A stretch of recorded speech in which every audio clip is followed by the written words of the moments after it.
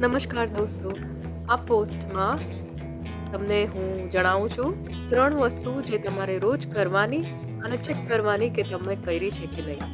સૌથી પહેલી વસ્તુ, તમે યોગ્ય આહાર લીધો છે કે નહીં, તમે આજે ખાધું છે કે નહીં. એ સૌથી પહેલી વસ્તુ તમારે ચેક કરવાની, પરખવાની. અને જો ન કર્યું હોય તો ડેફિનેટલી તમારે એ જોવાનું કે તમે ખાઓ છો અને યોગ્ય આહાર લો છો. બીજી વસ્તુ કે તમને સૂવા મળ્યું છે કે નહીં, તમને આરામ, થોડો રેસ્ટ મળ્યો છે કે નહીં. ઓકે, કેમ કે આપણું જે આ શરીરરૂપી મશીન છે એને મેન્ટેનન્સ માટે, એની સુખાકારી આપણે વધારવા માટે આપણને આરામની બી માણસને જરૂર હોય.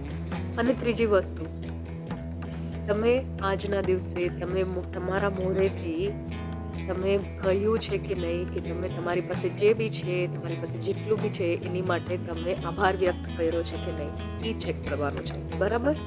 ઓકે, ભગવાન ઉપરવાળો જે છે એ બધાને જ અમુક સુખાકારી આપે છે. એ બધા પાસે કાંઈક હોય છે જેનાથી એ લોકો જીવનને પોતાનું વ્યતીત કરી શકે. ઓકે, તો એ આપણે જે બી વસ્તુ હોય, જે બી હોય, આપણી પાસે જેટલું બી હોય એની માટે આપણે આભાર વ્યક્ત કરવાનો છે આપણા મોઢેથી. જી હા, તો 3 વસ્તુ આપણે રોજ ચેક કરવાની છે. સૌથી પહેલી કે તમે ખાધું છે કે નહીં. બીજી, તમે સૂતા છો કે નહીં, તમને થોડો આરામ મળ્યો છે કે નહીં. અને ત્રીજી કે તમે તમારા મોઢેથી તમારી પાસે જે બી હોય એ બધી વસ્તુ માટે તમે આભાર વ્યક્ત કર્યો છે કે નહીં. બરાબર?